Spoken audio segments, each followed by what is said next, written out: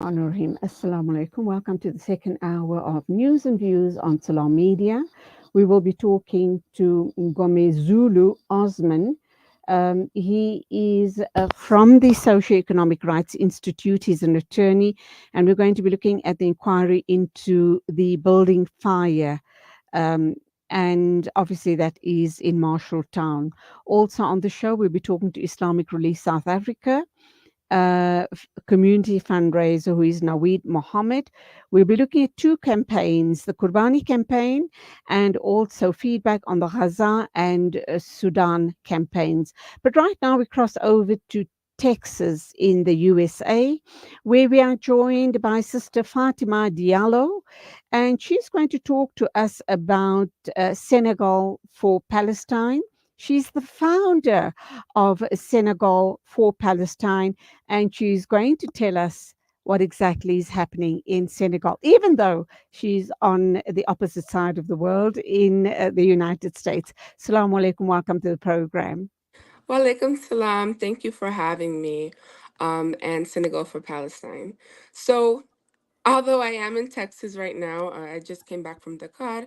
I'm Senegalese. My family is there, and so I actually visited South Africa for the Freedom Cup. Wow. And I came because I was a journalist writing for companies like New York Times, and what we noticed is their use of propaganda, right? So we would write articles and things on South Africa's role in the ICJ with Palestine, and they would edit our work and post without our consent. And so I said, look, if you all want to do this, I will go to South Africa myself and I will cover this, and this story will be told. And so while I was there, I got to meet with Africa for Palestine in Bram, and then we just started talking about what collective work we can do between Senegal. And so I am the founder of Senegal, um, Alhamdulillah. and we are. Just based on and founded on the principles that Senegal and Palestine, we find ourselves in the belly of the same beast. And so, despite our different scars from different past, different colonial stories, the blood shed by our martyrs binds us in a very special way. And so, this brings us on this collective journey towards liberation. And so, what I wanted to kind of focus on and talk about today is the long and deep history between Palestine and Senegal. And so our story actually starts pre colonial times, before Senegal got our independence, by two Muslim Sufi leaders, one named El Hajj Umar Tab, and the other Sheikh Ibrahim Nias. And so I think this is very interesting story to start to kind of begin our journey in, because it's kind of based in how Islam came to Senegal and how Islam to this day is something that binds us. And so Alhaji Umar Tall was a Fulani Senegalese leader who founded the Tukulor Empire. So it is one of the main empires and ethnic groups here in Senegal. And so his journey began actually on his pilgrimage to Hajj.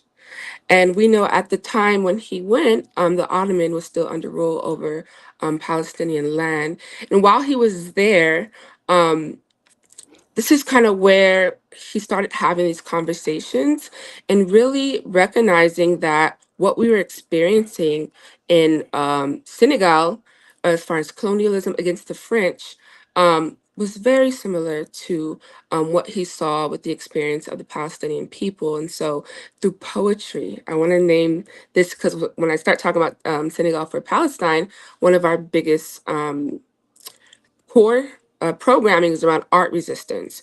And so I want to name that Alhaji Umar Tal, 200 years ago, began to tell the Palestinian story to Senegalese through art. And so in his poetry, he showed solidarity to Palestine, clearly naming and making those connections about the things that bound us. And so moving on to kind of the person who came after him, Sheikh Ibrahim Nais, he was a key figure in the Tijani kind of Sufi way of Islam in, which is still current in here today. And so in 1954, he actually, on his own journey also to Hajj, he met the great Mufti of Palestine, um, Amin al-Husani, who asked him to actually guide a prayer there in Palestine. And so he reverenced his spiritual lineage of ancestors, particularly his grandfather, who was a great Sufi leader. Um, and sorry, sorry. And in his own words, he said, our ancestors taught us that the true spirituality is manifested in our service and to others, especially the oppressed and the marginalized. And so, um, I know we don't have much time, so I can't get into further, but these were kind of the core when they came back to Senegal. Um, they kind of sparked this solidarity to Palestine. And so, moving on to kind of who we are and what guides us before I get into kind of where we are. So Senegal for Palestine was actually founded during the Week for Palestine. And so we are a group of collectives, a coalition. There are many Palestinian solidarity groups in Senegal right now, but we kind of wanted to consolidate it. And so we stand on the profound commitment to liberation, justice, and equality for the Palestinian people. Um, we Our mandate is a clarion call to Senegal um, for global and social and political action. And so right now we have launched our we're following the guidelines of BDS strategy. And so um, we have created a comprehensive archive and list of all of the relations kind of between Israel and Senegal at the moment, and have made a global call to our government to not only boycott but divest and sanction. And so I just kind of want to publicly talk through kind of those deep, the core of our work. Okay, before you get there, I want to just raise something. The Western world or the global North keep talking about they're not supporting the Palestine issue. And every time we speak up for the rights of the Palestinian people and we talk about this horrific genocide playing out in front of our very eyes, uh, the supporters of the Israelis bring up October the 7th, and Hmm. they claim that they have a right to defend themselves. Of course, we know that it is totally out of proportion, and the Western world turns a blind eye to that. There were just upwards of 100 people that were killed in the October Hmm. 7th attack on the Israelis, and we are still counting the Hmm. devastation and the horrors of what the Israelis have done to the Palestinian people. Hmm. And oftentimes we have to go back way before October the 7th. We have to Hmm. remind white imperialists that the Palestinian struggle goes back 75 years or longer. You Hmm. have just mentioned 200 years. What can you Hmm. tell us about that history? Because I'm not aware of it, and I think we need to get that narrative out into the public space. Yes. And so when I'm talking about, and naming what's happening 200 years ago, um, I think that it's important to name, although there was a different colonizer at the time, the Ottoman Empire. It's actually really striking and devastating to see that the same things they name that the Palestinians were experiencing then are identical to what apartheid Israel is doing there now. And so I kind of want to just kind of talk about how their spirituality and their beliefs kind of shaped and gave name to what was happening. Just give me 1 second. I'm pulling up my archives, and so some of the Okay, and questions. let me also just think out loud. What I also Yes. want to say here is the white imperialists and the Western world keep making the claim that Palestine was an uninhabited land. So I asked Mm, myself, and we asked them, so where have the Palestinian people come from? If you're claiming that it was an uninhabited land, and this land was the promised land to the for the Jewish people, mm, or the Zionists rather, mhm. and those are issues that don't sit well with me at all. So over to you, and let's hear what more Yes. you have to say to us. Right. And so I'll start off answering the question like, how did their identity as Senegalese influence their understanding in the solidarity to Palestine? And so their identity profoundly influenced his understanding of solidarity to Palestine. Um, and they identify the historical experience of marginalized communities facing oppression and displacement were identical. And so um, the parallels exactly they drew from their whole own ethnic group in Palestine highlighted the shared experiences of dispossession, displacement, and also resistance against external forces. And so this is why we clearly name our support for Hamas, because when you look at kind of what they went on to do, Tal, is kind of formed one of the largest jihads that we know to this moment in Senegal, Guinea, and Mali areas. And so I just want to make that connection that even 200 years ago, they were supporting whatever tactics and strategies that the indigenous lands took to defend their livelihood. And so Tal's advocacy for Palestinian rights um, was informed kind of course, through his experiences. Sorry. So the question is, how did their identity as Baifal Sufi Islamic leaders shaped their advocacy? And so Nice's identity as a Baifal leader and spiritual guide um, shaped his advocacy for Palestine because the principles he drew on the principles he embraced was a lifestyle of humility, tolerance, service, and social activism, which aligned naturally with what the work in global solidarity looks like. Um, and so this ideology provided him with a platform to mobilize and support um, with resources to Palestine, actually. And so um, this is not really talked about, but there was an exchange actually of between these leaders with Palestinians at the moment on resistance strategies. And so um, I just think it's really important to kind of name this connection.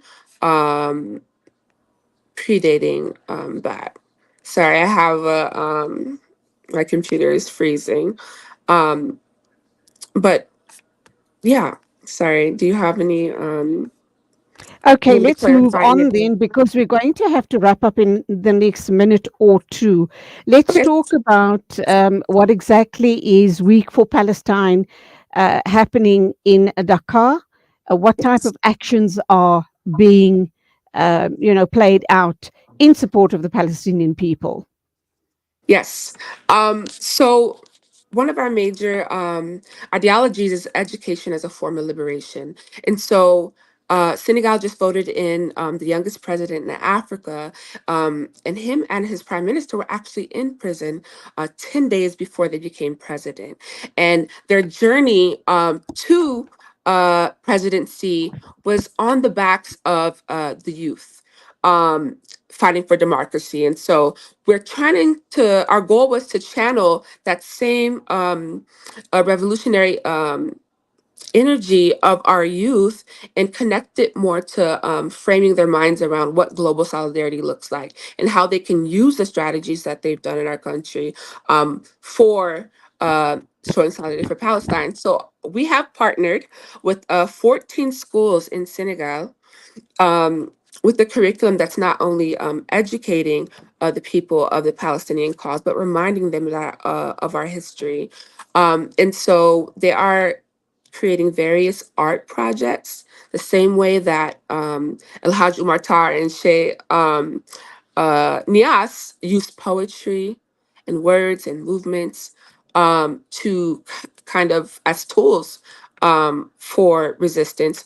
Um, these are the projects that are going on in schools, as well as introducing to youth what boycott, divestment, and sanctions mean. I think we use those words as adults and organizers, but we asked ourselves, how do we translate this or reach the youth in this conversation? And so, outside of that, we have drafted a letter to the Senegalese government with our list of demands. And this names about 17 Israeli companies that have a place right now in Senegal. And so we've named them explicitly, the role of them, and called on the government to take action.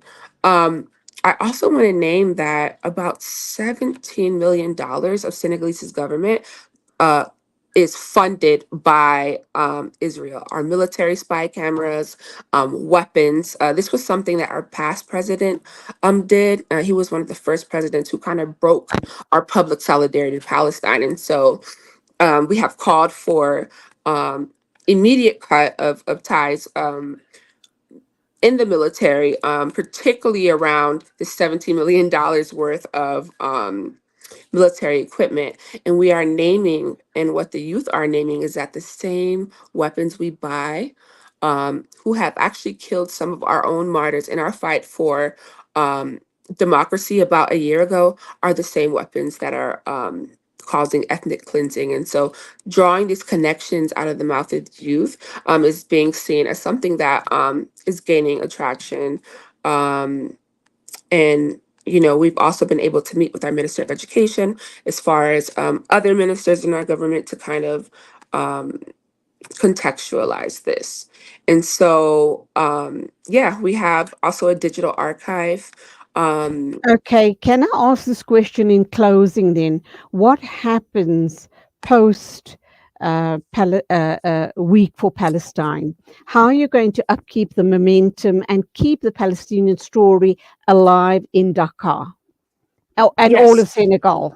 Of course. So, as I mentioned, Senegal for Palestine, we don't stand alone. It is a collective of about 6 or 7 other Palestinian organizations that have been around since our foundation and independence in 1960. And so, I want to name that these are the same organizations and individuals who have led all of the public protests. They sit on the committees in the UN for the Committee on the Palestine cause. And so this work, I just want to name, is not something new to Senegal. It doesn't stop after Week for Palestine, but we will continue, as we always have, aligning to our mandates for the Palestinian cause. Fatima Diallo, you are currently in Texas. I presume that's your second home, but you're very, very active in the struggle for the rights of the Palestinian people. Keep up the great work. And, I just salute you for what you're doing and the rest of the youth of Senegal. Thank you for being with Thank us on you. the show this morning. Salaam alaikum to you. Walaikum salam. It is exactly 9:29. News and views on Salam Media. Standing by to talk with us next is Naweed Mohammed, community fundraiser for Islamic Relief South Africa. And we will wrap up by talking with Gome Zulu Osman regarding the Marshalltown fires and what exactly is happening with that case right now.